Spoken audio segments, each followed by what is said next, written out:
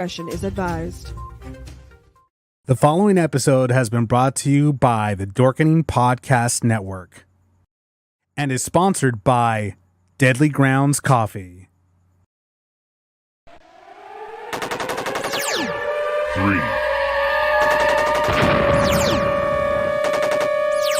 2, 1.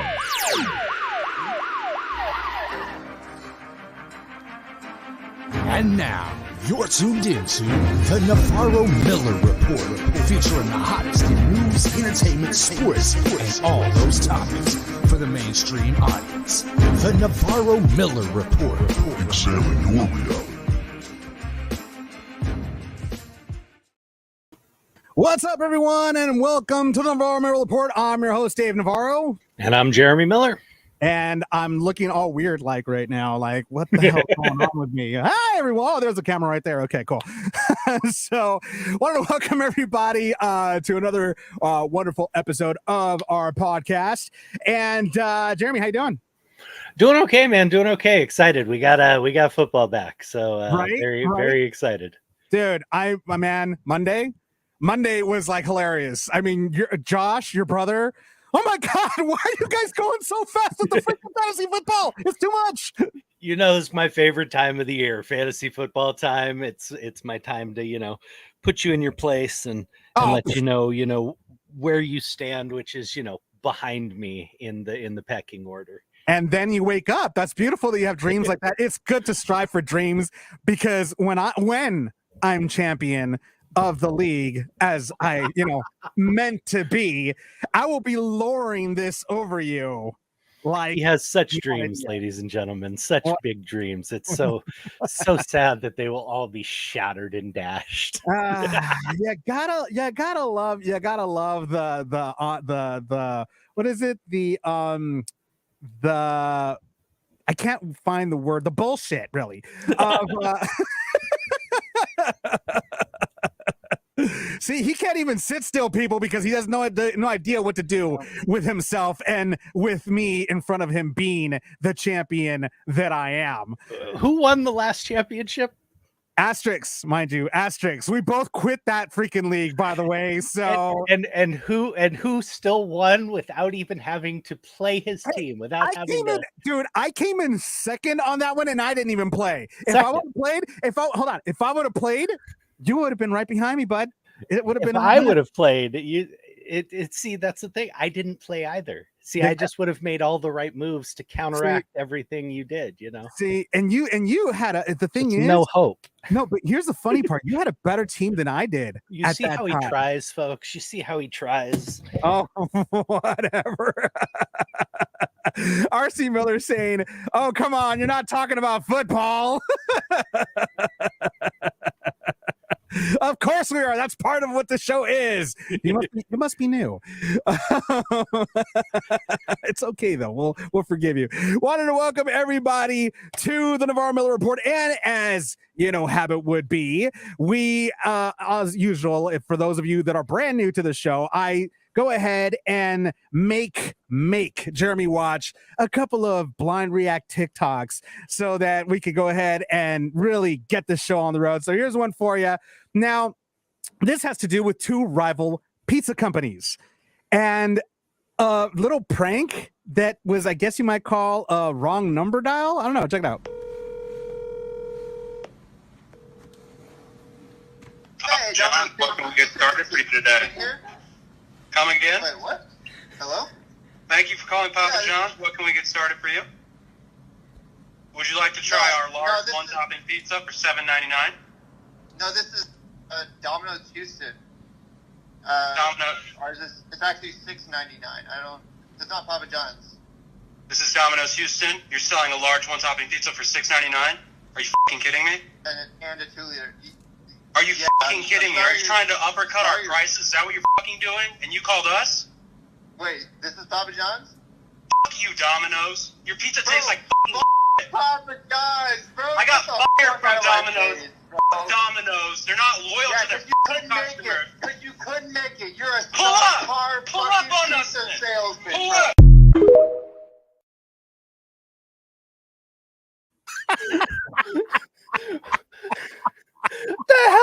that? What is this? East Coast, West Coast? What the hell?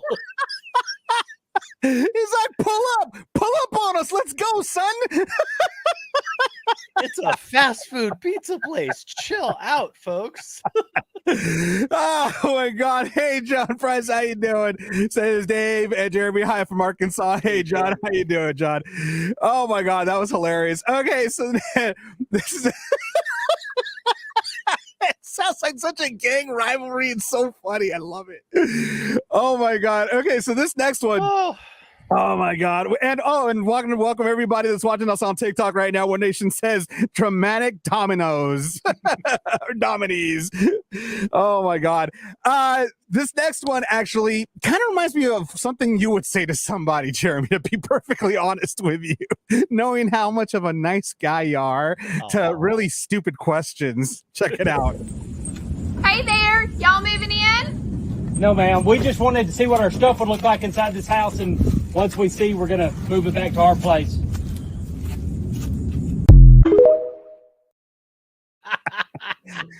That would so be something you would say to somebody, like, all the way. I guilty, absolutely. Hey, Lincoln Bevers, actor Lincoln Bevers is saying, "What's up?" Hey, Lincoln, how you doing, man?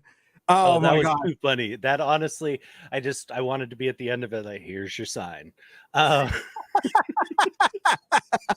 dude. When I saw that, I was like, "Yeah, that's Jeremy. That's all the way him." in a heartbeat. Oh, in yeah. a heartbeat. He would definitely go ahead and say something Oh like, man, I would not have Mark. high hopes for my new neighbors after a question like that. No, you'd get a lot of dog duty on your front porch, that's for sure.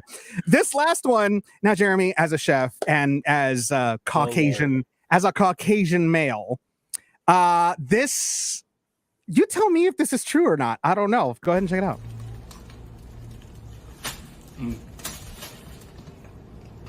Mm-hmm.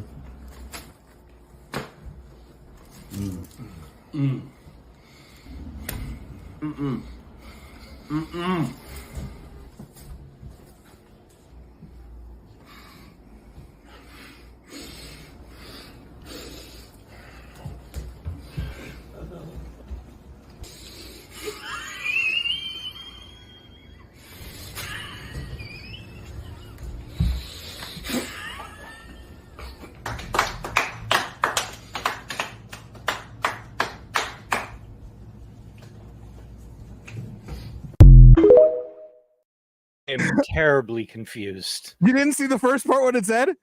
Oh, I saw it. So they're pretty much making an impression of what white people usually look whenever they have something tasty. You know, I gotta admit, I did see you a couple times do that. I'm a pasty white. No, you have not. There's a couple of times that I did see you, like when you taste it, like, I saw you do that. I saw it. You lie completely. I have never seen anybody do that, much less a white person, black person. Doesn't matter. I've never seen anybody react like that. You eat something that's bad, you spit it the hell out, and you're like, oh crap, that was awful. I don't know what that was about. Oh, well, JC actually, JC just so happens to say, just did those in 2 restaurants myself over the recent holiday. Okay, well, JC and I have never had a meal together. I've never seen it. Oh my God. And then One Nation on TikTok is saying, tasty or salsa. I think they had Tabasco. Oh, and of course, like a reaction to something super spicy, not nasty. Yeah, true, very true. And then she has a message for you, Jeremy. She says, "I have something to say, USC." Yep, and Fight on, One Nation. Fucking things. I swear, 2-0, baby. And she says, "Right." You gotta love our audience. All right, so go ahead and we're moving on to some actual news here because this is getting ridiculous, getting crazy here. We have something. Is Florida man at it again? I heard something about a DA raid on Florida man. Florida man got the DA raided on him. So Florida man was not in Florida. So this is a little bit of a twist on Florida man. And this is a fluent Florida man. This is not our usual run-of-the-mill meth head Florida man. This is a retired doctor who had his 70-foot yacht raided up in Nantucket. Oh, so he's super Florida man. Super Florida man. There was a report to the police that there was a woman at there was a female party on board the yacht who did not want to be there and was being kept from leaving, and there was also the possibility of an overdose. So when officials and police and firefighters responded, they found a woman in distress who the EMTs were able to help and get her off to the hospital. But in the search of the yacht, which was not in international waters, mind you, they found 43.5 grams of cocaine. Of course. 14 grams of ketamine, 2 Smith & Wesson pistols, and also multiple sex workers who were also arrested. Owner of the yacht, Scott Anthony Burke, a retired doctor from Key West, Florida, was arrested and will be facing criminal prosecution. I mean, who can? I mean, okay. To some people, that's a Saturday night. Okay, I mean, I'm not here to criticize. If half an ounce of blow is your thing, more power to you. What are you doing not in international waters partying like that? The whole point of having a boat, a big yacht that you're going to throw these crazy parties at, is that you do it in international waters where you can't get in trouble for it. This guy was basically in the harbor and got busted. These are people not using their brains. I mean, I'm sorry, but if you're a rich man and a smart man, if you're going to do criminal crap, use your brain. International waters. Do it in international waters, damn it. Be smarter than that. We got Meg from Tallahassee. Of course, she's from Florida. She's like, oh, fuck, another Florida man? Bro, we need to fucking chill out. Holy shit. At least it was affluent, Florida man this time. Oh my God. I can't with these people anymore. Like they make it so easy for us. They do. They really bless their heart. They just make it so freaking easy for us. Now that goes for, oh man, your stories. I gotta tell you, I love where you find some of these. We got a daughter dials DUI favor. What the freaking hell? So we have a 21-year-old woman named Teresa who was arrested. Now, this apparently happened back in December of 2022, but it's starting to get a lot of press and a lot of notice at the moment. You'll find out why. Okay. So we have a 21-year-old who was pulled over, stopping at Wawa Grill on the way from an Applebee's. The officer noticed her swerving a little bit, pulled her over for suspicion of a DUI. She claimed, like everybody does, that she only had one drink, even though the reason they were responding was her car had been reported hitting a light pole and zooming off. When the officer questioned her about it, she swore she hadn't hit anything, even though the bumper was sitting in the middle of the intersection and her bumper was missing. That's not my bumper, officers. That's someone else's. I saw them drive by there. She tried everything she could and even resorted to dropping her father's name twice. Her father, who is a sheriff for the local county police. Well, they called her father. It didn't go the way she thought it would. Hold on. I bet you anything. He picked up the phone and was like, new phone, who dis? No, Daddy showed up. Oh, and he's getting a lot of praise for the way he handled this. Daddy showed up and basically told them to cuff her and take her ass to jail. Yep. That's a good parent right there. That's good parenting. And that is why it is coming into the news. This man is getting a lot of praise for allowing his daughter to face the consequences and accept responsibility for her actions. She tried to use his power to get out of something. He was not having it. So as she's being arrested, she starts screaming and crying out. But Daddy! No, she did. She starts screaming and crying out. Where was it? Sorry. As the handcuffs were being placed on her, she started screaming, Dad, I'm the captain of the soccer team. I'm not. Dad's response, cut the shit. You're getting arrested for a DUI. Oh my God. So kudos to this dad, man. Captain of the soccer team. I'm captain of the soccer team. I got a soccer match this Saturday. I can't miss it. Dad was having none of it, and kudos to him, man. That, I'm sorry. As a dad, I know the first instinct is you want to bail your kids out of trouble. You want to protect them. But if they fuck up, that's their own problem. It's not only their own problem, but if you don't let them accept the consequences and face those, then guess what? They're going to continue to make those mistakes, and those mistakes are going to get bigger and bigger and bigger until somebody gets hurt. So, God bless this man for doing what he did. Unfortunately, there are too many people in power, whether it be police officers or otherwise, people with influence who let their kids get away with this crap. And the kids know it. They know that they can just drop daddy's name and everything's going to be fine. So God bless this man. One of the comments on the TikTok chat, One Nation actually said, better than her unaliving somebody, and then 1 day in jail, better than life. Exactly. And that's actually something that my dad, and I've told you what my dad has always told me this whenever he punished me as a kid, whenever he whooped my ass for doing something stupid, he would tell me, he's like, son, I'd rather punish the boy of today. Takes the kid, because I even heard about this one, and I'm sure many of our viewers probably have heard about this one, but I'll let you take this one, Jeremy. So this one is definitely going into our Hall of Fame. I think this is right up there. I think this is right up there with Florida man who had called the police because his meth wasn't pure and he wanted to file charges against his dealer. I think this is really right up there. So we have a man in Nebraska who was busted driving on the wrong side of the road after calling the police to report someone on the wrong side of the road. He was so messed up that he was reporting the legal drivers coming towards him, flashing their brights and honking at him. Oh my God. He reported them. So the cops came out and were like, wait a second, you said you're driving this car. They literally pulled him over and he realized what he had done. Oh my God. The driver said he had his brights on me, man. He almost rode me off the road. The police asked him, well, why do you think he did that? And the guy goes, yeah, because I was on the wrong side of the road. Oh my God.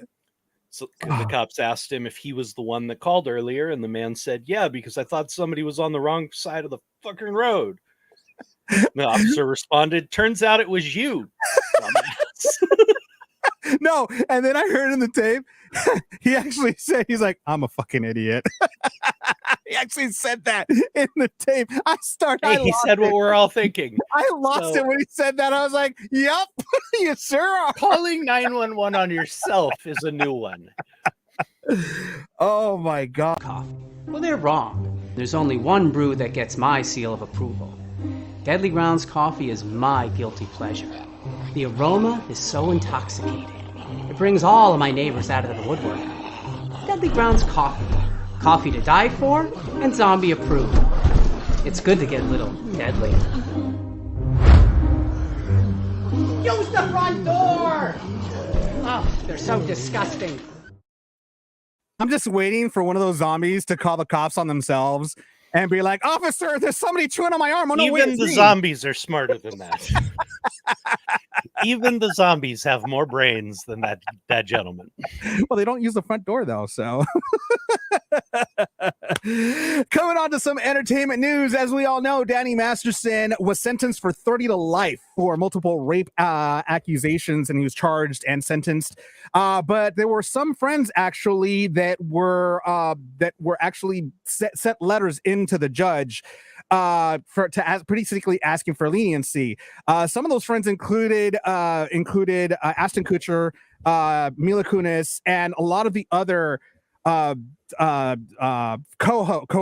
co-stars from that 70s show and other people that know him, basically saying that Danny's a good father, he's a good husband, to just show some sort of leniency when it comes to sentencing, because they all knew he was going to prison anyway. And basically Ashton also said that, you know, he's not a danger to society. You know, he's not currently a danger to society or something around those lines. It's tragic what happened to this man. Very talented actor. He made a lot of mistakes when he verdict. They're very satisfied with the sentencing, and they were very vocal about it. Again, it's tough. I mean, many people like Ashton, people like Mila, people like Topher Grace, all those people that were on that show with him. I'm wondering what they're thinking of. I mean, Jimmy, what would you think if one of your former, co-stars from your show would have this happen? I mean, what would be your first thought, especially if it's somebody that you've been friends with, somebody that you've hung out with, they practically are like family? I mean, how would you feel with something like this? That's the thing. I've already been through it. There were two people on Growing Pains, both of which I was very close to. One was one of our executive producers. He was sent to prison for production of child pornography, not distribution, not possession, production of child pornography. So I've had that experience. Someone I was close to, someone I trusted, who did something beyond heinous. I was never asked to write a letter of recommendation. I think they knew that would never happen for something like that. In the other case, there were some sexual inappropriateness charges brought against a guy who had worked on our show, one who had been extremely close to my family. Mm-hmm. And he asked me to write a character letter for him. Mm-hmm. And I agreed to do so. I told him, I have no idea what has happened or anything else, but I would have no problem writing a letter stating that you were around me, 16 hours a day, some days alone. We share, stating the facts that I was a young boy, that he was around and had beyond ample opportunity to be inappropriate with, to make a move, to do anything. And he never did. Now, that doesn't say he didn't do what he was accused of. He did jail time, and apparently the proof was enough, but he never did anything to me. So I didn't mind writing that letter. I ended up not writing it because I found out from someone very close to me that was even younger than I was that he had been very inappropriate with them. Oh, wow. I had been having a conversation with them, and I mentioned that I was going to be writing the letter, and I told them what I was going to say, and I saw the look on their face change. And I went, what? Tell me now. And he just looked at me and put his eyes down and said, he was really inappropriate with me a bunch of times and made a couple of moves on me and stuff. And so I didn't write the letter. I was very glad I got that information before I wrote the letter, and I vouched for this guy. So I can understand where Mila and Ashton and whoever else may have written him a character letter might be coming from. This is a different thing. This is something that happened long before. This does not excuse it. It does not make it okay, but it's a different situation than mine. It was something that with mine, it had happened recently. This was an ongoing problem. And at that point, I didn't feel like I could give this man a character letter or be someone who stood up for him. I can see how if somebody made a mistake a long time ago, no matter how horrendous, if they are truly a changed person, that their friends would still stand by them. Yeah, and that now was the time to go ahead and say, you know what? Everybody's got to pay the piper, and you just did. And now you're paying for it 30 to life. Yeah, I mean, and it's brutal, and I truly hope he is a changed man. I hope he feels, some serious remorse over what he did, and he's going to be paying a very heavy price for this. His lawyers, as all lawyers, do, claim that they have plenty to appeal on, and they've already had so many lawyers look over the case, and the judge made mistakes on this and that and the other. It's the same thing the lawyers always say. They have to say that. They have to file the appeal. But, the evidence seemed pretty damning, and it looks like he's going to be paying a very serious price. And that's, the truth. I've said this always. I told my boys this their whole lives growing up. You can do whatever you want in this life. Absolutely anything. You can kill someone. You can rape someone. You can do anything you want in this life. Are you willing to pay the consequences and the price? And that's the fact. I mean, you can do whatever you want. There are consequences. It doesn't make it okay. It doesn't. But in this life, we can do whatever we want. You can go out and go on a killing spree. You can go out and do whatever you want. You're going to have to pay a price. And Danny's paying it now. Oh yeah, most definitely. Carl is saying somewhat like Stephen Collins of Seventh Heaven. That one's another one. Yeah, that one shocked the hell out of me because he was around a lot of children. That's a scary thought to have that type of a predator among a bunch of those little kids around him. That I was like, you got to be kidding me. And unfortunately, people with that one, as far as I know, didn't acknowledge the warning signs, I guess, because a guy who would do that anymore. Agreed. In other entertainment news, now this topic really pissed me off. Now, normally I like Bill Maher. I think he's very funny. I think a lot of the topics that he talks about have a lot of merit. They're very funny, controversial, whatever you like. But this one in particular was beyond stupid. He goes on a podcast and he makes comments about the Writers Guild of America strike. He goes on to say they're asking for a lot of things that are like kooky. What I find objectionable about the philosophy of the strike is it seems to be they have really morphed a long way from 2007 strike, where they kind of believe that you're owed a living as a writer and you're not. This is show business. This is the make or miss league. Now, my response to that is, well, Bill, the same can be said about your rhetoric bullshit that you keep on just sitting there looking at a camera and talking. I mean, in my opinion, you believe that you're owed a living as a host sitting on a chair reading the crap that you and your writers write on a weekly basis. You believe you're owed a salary. And guess what? You are, because you're entertaining. But a lot of the shit that you write or that you read comes from writers. And guess what? That's in front of the cameras. Well, Things that people are watching. This is the entire point. And this is what I've been saying from the beginning. Without, as important as every single job in a production is, get paid enough, they are earning these companies millions and millions and millions of dollars. If it's so easy to go out and get another good writer, go find one. There are a lot of shitty scripts out there, tons. Be my guest. See how many people want to come see those films. Not to mention the fact of the matter, he did make one good comment. It's show business. It's a business. Exactly. And to be able to like continue that business, you need a staff. No, you need workers to do that business. To say that it's unrealistic and to say that, they're under the impression they deserve a living being a writer. No, that's not the impression. They deserve to be paid for their work that is bringing these companies millions upon millions upon millions of dollars. Plain and simple. Bill has completely lost the plot here. Including his show.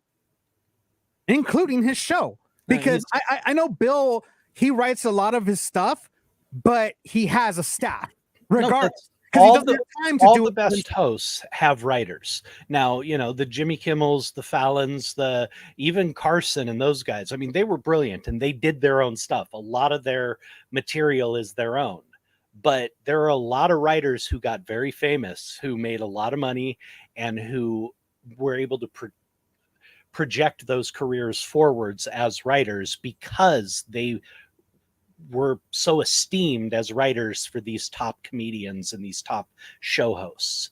I know Bill probably writes a lot of his stuff, but he still has writers. One place that probably like shut down. It's okay. No problem there. We're streaming live on YouTube, TikTok, everywhere. So we're good. But yeah, no, I mean, it just sickens me that Bill as a person that's a writer, then again, he doesn't care. He has millions of dollars. He could give a shit about the little guy. It's all Bill, about him. Bill was about the little guy, Yeah. back when he started. It's what people loved about him. Yep. He's become quite an elitist. A lot of his opinions sound like, rich white guy giving them. I mean, that's just the truth. His whole demeanor and, I don't know, kind of platform has changed over the years. So, it is what it is. I don't agree with a lot of what he's said, recently. I used to love the guy. I really did. Yeah, me too. But it's been a long time. It's been a long time since I've actually paid attention, to his show, because honestly, he's changed an awful lot. And, or at least his show has changed, and his focus, his opinions, and the things he tries to get across have definitely changed. Yeah, no, I've lost complete respect for him. After these comments, I've lost complete respect for him. I will never watch another Bill Maher show. And I, invite everybody to boycott Bill, Real Time with Bill Maher, because if he thinks that writers, aren't owed anything, then guess what, Bill? Neither are you. You're not owed any audiences. You're not owed your paycheck. You're not owed anything.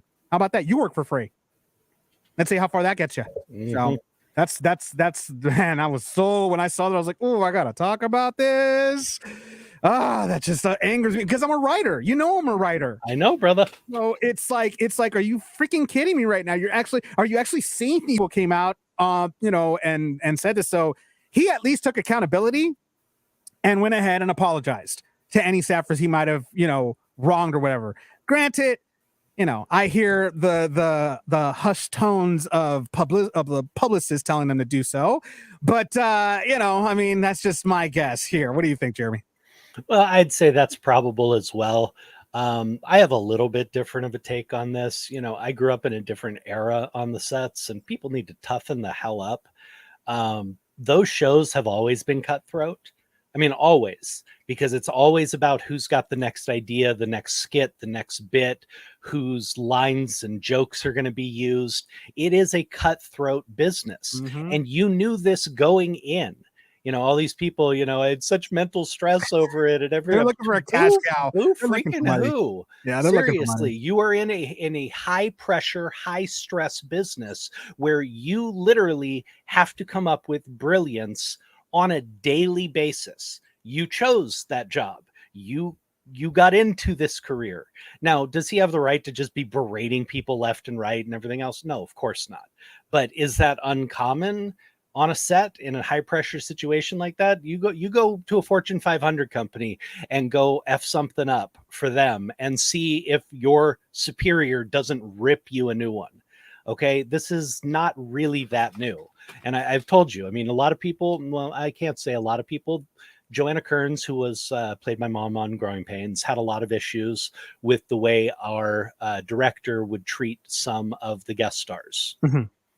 I didn't have much of an issue with it, because he was very good to them as long as they did their job. You fail the course, and the teacher will berate you at the same time some of the time. I know this from experience. Like I said, I mean, no one else ever voiced any issues about it. And I personally thought he was not that out of line, because it only happened to, guest stars who were unprepared. People who came on and instead of doing their jobs were too busy over by the craft service table, chatting with people, too busy on their phone, talking with people, that was the stuff he couldn't tolerate, and he would go off. And I never saw it as inappropriate. Some people did.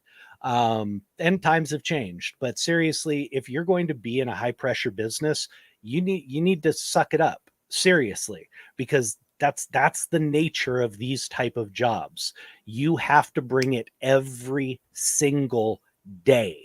And that is a lot of pressure. Go ask the people who worked for Steve Jobs and worked at Apple during the 107-hour weeks and stuff like that. Now, you choose a high pressure industry, and then you want to bitch that you're under too much pressure. Now, that is the pure definition of showbiz. That is show business right there.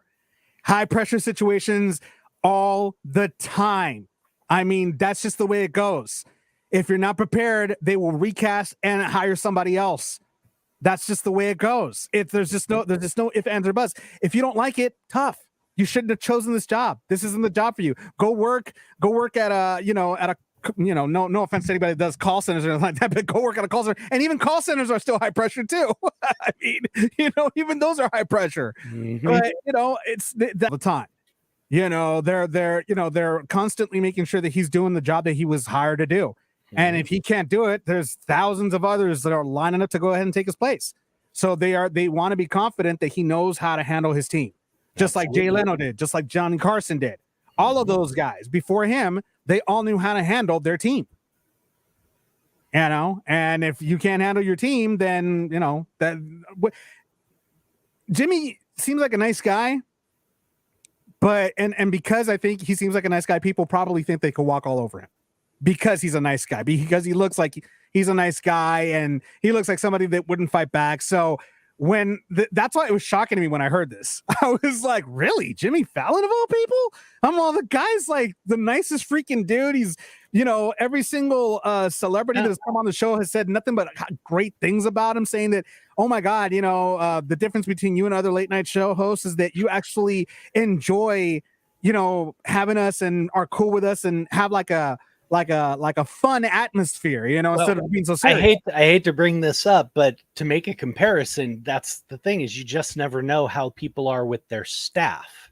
Don't True. Judge someone on how they treat their equals. True. Treat them on how, judge them on how they treat the people below them, on the ladder. Yeah, well, look at Ellen DeGeneres. That's what I was bringing up. Yeah. Every celebrity who ever went on there had nothing but rave things to say True. About her and how wonderful.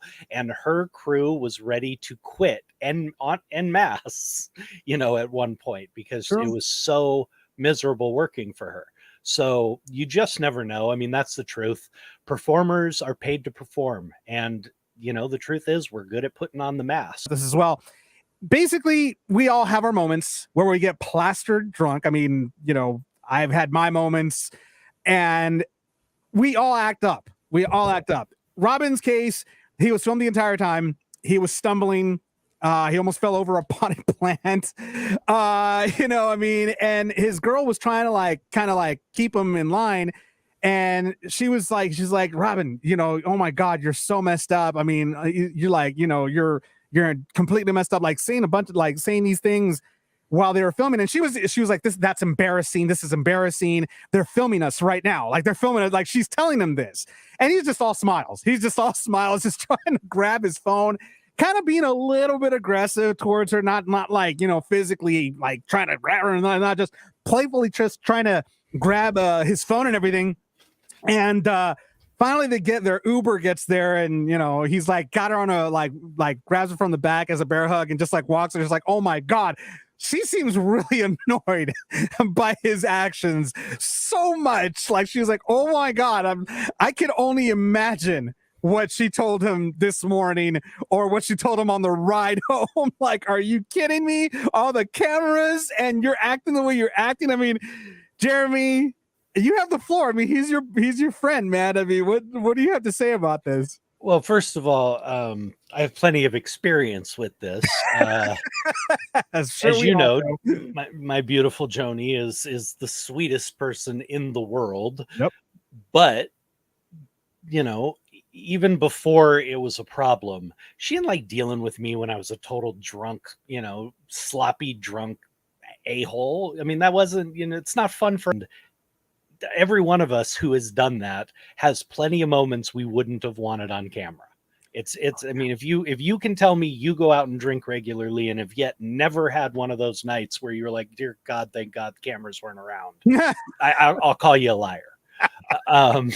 Okay. I'll call you a liar right now. If you're a regular drinker who goes out and enjoys a little party, and you've had those nights, we all have. So I don't want people to blow this up too much. I mean, I don't know what we're all guilty of it. Everybody's been guilty of it at one point or another. Yep. Now, could he be, having an issue at the moment and struggling with a few things? It's possible. It's possible that this was just a glimpse into that, but it's also just as likely, if not more likely, that, he had a night, he went too far, and like all celebrities, you're on camera now, so it's going to get recorded and reported. Oh, yeah. One Nation on TikTok says, I hated going through that with an ex. Never a good time babysitting. That's Exactly. for damn sure. Exactly. And then, of course, Jody, she just put 100%. She agreed 100% with that one. Real quick, before we go to commercial here, I wanted to go ahead and bring up one little sad piece of news. Obviously, we know Smash Mouth lead singer Steve Harwell passed away earlier this week at the age of 56. He was an incredible talent. And it was just very sad to hear what happened to him. It was liver failure. Apparently, speaking of drinking, he had issues with that for a very long time. His band tried to actually visit him in his last days, and they weren't allowed to go ahead and visit him. But we got the news. Actually, I saw the news on Sunday from his. You know, he wasn't able to get help beforehand and before the damage was too much. You know, the liver is the one organ that actually does repair itself. So for anybody out there struggling who's thinking of getting sober, please reach out to somebody, because at some point this is what happens and the liver can't repair itself anymore. But, you know, I was blessed enough that I managed to get help and get sober early enough that I have been checked and I don't have lasting liver damage, which with the amount of alcohol I put into my body over a, 15, 20 year period is a miracle. Yeah. But, you know, all I can say is prayers to his family, and that's a really rough situation and he'll be missed. Oh, most definitely. JC Strickland says, rest in paradise, Harwell. You will be deeply missed. Godspeed. So very sad news. But I mean, we'll continue to honor his memory by continuing to play his amazing music all the time. So rest in peace, Steve Harwell. We'll be right back with some sports for you, including Dylan Dennis gets sued. I'll tell you more about that coming up next. Listening to stuff has never been so enjoyable. If you had the misfortune to have been born after 1990, then you missed out on a lot of cool stuff. Then Is Now podcast is here to remedy that. Join Rigor and his dedicated band of rotating hosts as they tackle pop culture of the past and how it relates today. From celebrity interviews to film and TV discussion and beyond, Then Is Now podcast brings you up to speed on all the cool stuff that you should know about. Plus, the East meets the West.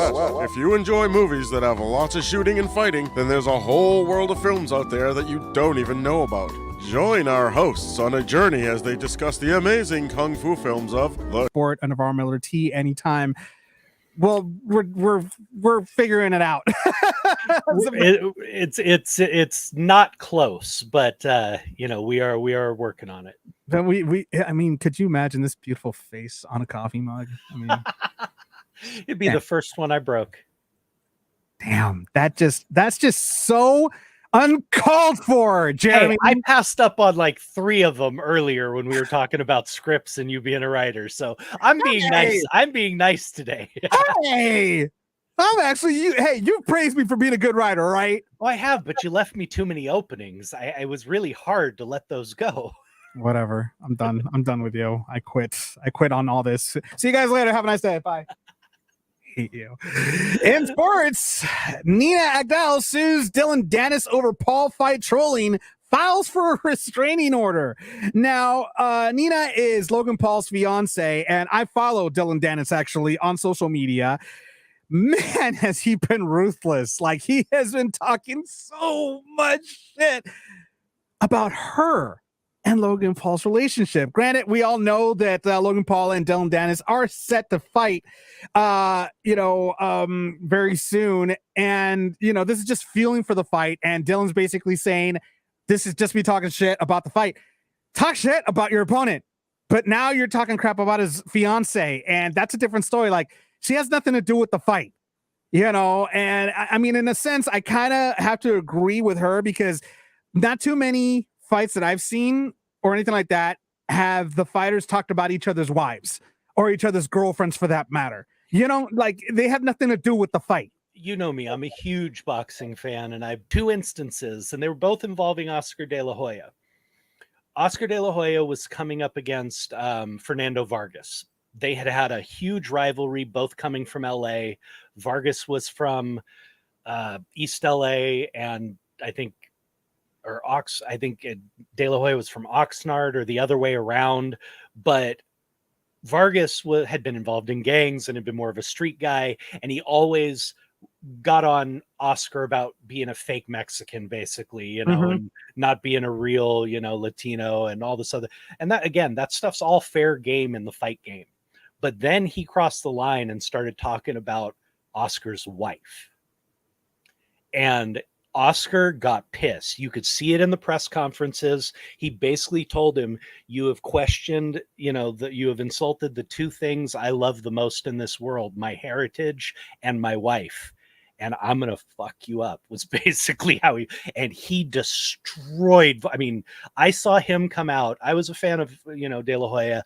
I saw him come out with a fire I had never seen him come out before. I mean, he reminded me of like Camacho and those guys back in the day. He was on fire. And then Ricardo Mayorga, who had a big mouth anyway. This guy loved to piss people off and then get his butt kicked in the ring for it. But he actually made really derogatory comments directly about Oscar's wife and like him, you know, him screwing her and all this other. I mean, he got real. Was this Shayna Moakler? It might have been. It might have been. I think that during that time he was married to Shayna at that time, I believe. I don't know. This would have been 15, 20 years ago when he was really in his prime. But I mean, it's her. She's the one that's I didn't say, I just and well, the reason why, actually, there is a reason why to that, actually. According to TMZ, it says Agdal added in the suit that many of Dennis's other posts have upset her, including a tweet he made on August 28th that she says showed a video of her from more than 6 years ago where she talked about, quote, her desire for intimacy during a period of celibacy. She claims in the suit that the vid had been stored deep in her Snapchat archive, quote, suggesting Dennis had hacked her personal account or had obtained the private video from someone who had done so. She's asking for unspecified damages in the suit, but wants no less than $150,000 per violation of the federal law prohibiting the sharing of intimate images. So that's mainly why she's asking for that lawsuit. I mean, you know, I don't know. And then this is a new law that's out there, and there was actually just a major case about this within the last month that was decided, and a woman was awarded like $100 million against a man who had spread her intimate pictures all across the internet. So if this was an actually intimate picture, a boudoir photo, a lingerie photo. No, it was a video. It was a video just her saying that, you know. Then this is not an intimate photo that would qualify under that law. Now, does she have a point about the possibly hacking thing? She may have some legal ground there, but with the sharing of intimate photos, that is not an intimate photo. That doesn't fall under the designation. So she has no legal recourse there. On top of that, well, I mean, she also filed a restraining order, and Dennis, his response, he actually tweeted about it. So we'll see. I'm actually looking forward to that fight. I want to see what happens. If Logan has the same De La Hoya fire in him, you know, but we'll see, man. You don't cross the family. We'll see. Our final story before we take off here. NFL season is here tonight. Actually, right now, I believe. Last night. It's Friday. It's Friday night. There is no football tonight. I keep pulling out the weeks off for me. This is the night all the Texas people are at the high school football game. Yeah, you can't have the NFL going when they're not home to watch. No kidding. It's not me ragging on. That's the truth. I mean, that's truth. High school football on Friday nights is religion in Texas. Well, that's why they had the TV show Friday Night Lights. So last night was a shocker. I mean, not to you, but for many people, it was a shocker that Kansas City lost by 1 point against Detroit. By 1 point. That was just by 1 point. But still, that still speaks volumes on how Detroit performed, though. I mean, against a championship caliber team such as Kansas City. No, it definitely does. As you and I talked about a little beforehand, you know, Detroit really kind of came on strong at the end of the year last year. They only missed the playoffs by one game. If they had won one more game, they'd have been in the playoffs. This is a team that hasn't won a home opener in 6 years. Yep. Hasn't won their opening game in 6 years. This is huge for this franchise. And to do it against the defending world champions was gigantic. Now, again, you got to temper it a little bit because Travis Kelce, the man who Kansas City's offense revolves around, who every play goes through in some form or fashion, was unable to play. Yep. And 3-4 years after that, you're going to get the top picks, you're going to get all the advantages, and it makes for some, more interesting football rather than watching the same three teams, dominate every single week. So I thought it was a great game. I watched the whole thing. It was a lot of fun. And, again, I don't like taking anything away from Detroit, but DeVarius, I think his first name is DeVarius Toney, who was the receiver for Kansas City, had 4 dropped passes, 4 on the night. 2 of them open field, downfield, touchdown passes. Like, he had nobody within 5 yards of him. All he's got to do is catch the ball and run another 20 yards and he's got a touchdown. He hit him right in the hands. Not a hard pass, not a difficult catch, and he dropped him. So that's a little worrisome.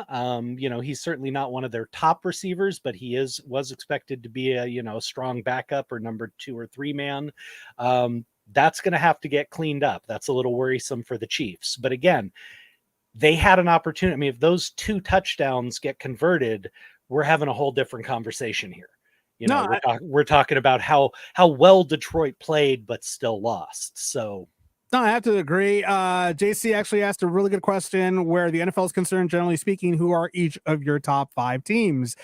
Now, JC, I don't know if you mean top 5 teams as far as our prediction for the Super Bowl or top 5 teams as far as favorite goes.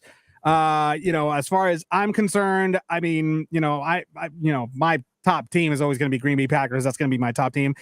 Are they going to make it to the Super Bowl? More than likely not. They are in a more than likely not. To their top tier players throughout the year, and they're just rebuilding from this point up. So therefore, this is not their year. Probably next year probably won't be their year either, but give them a couple of years, we'll see what happens, in my opinion. Obviously, Kansas City is more than likely going to make the Super Bowl. San Francisco right behind them. I hate to say it, but probably the Jets.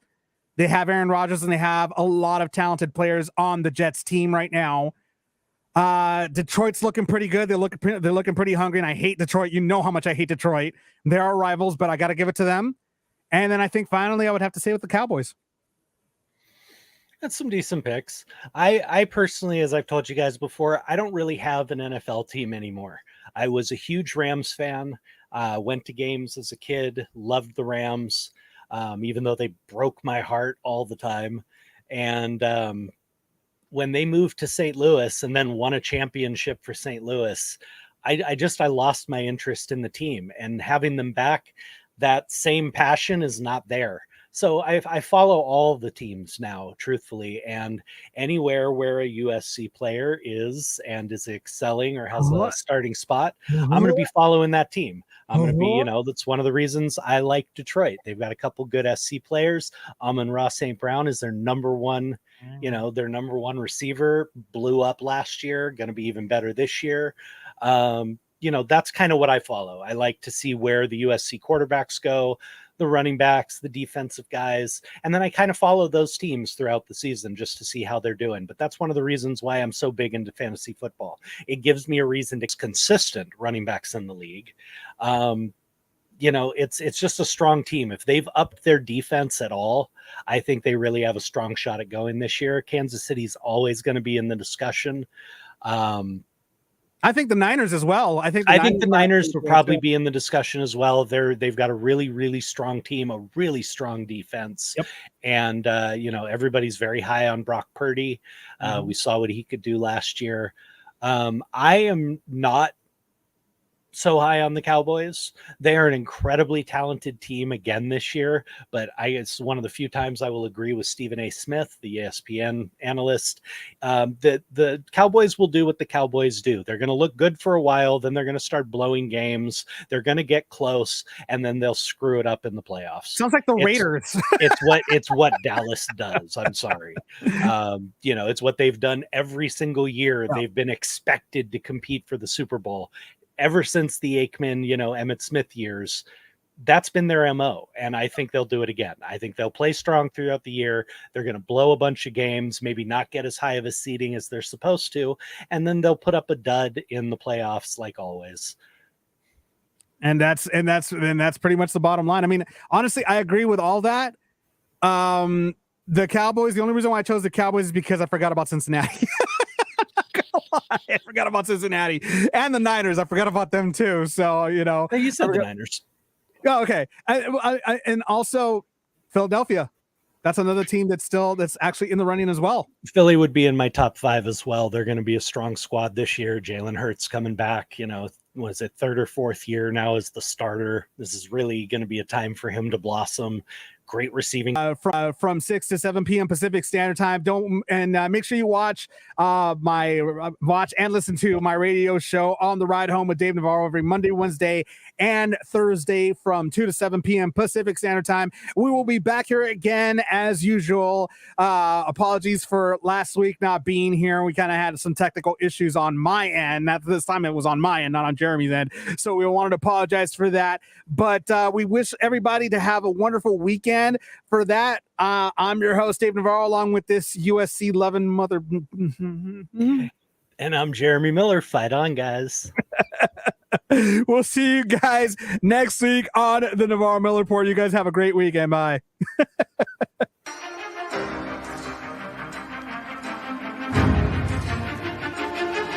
You have been listening to the Navarro-Miller Report.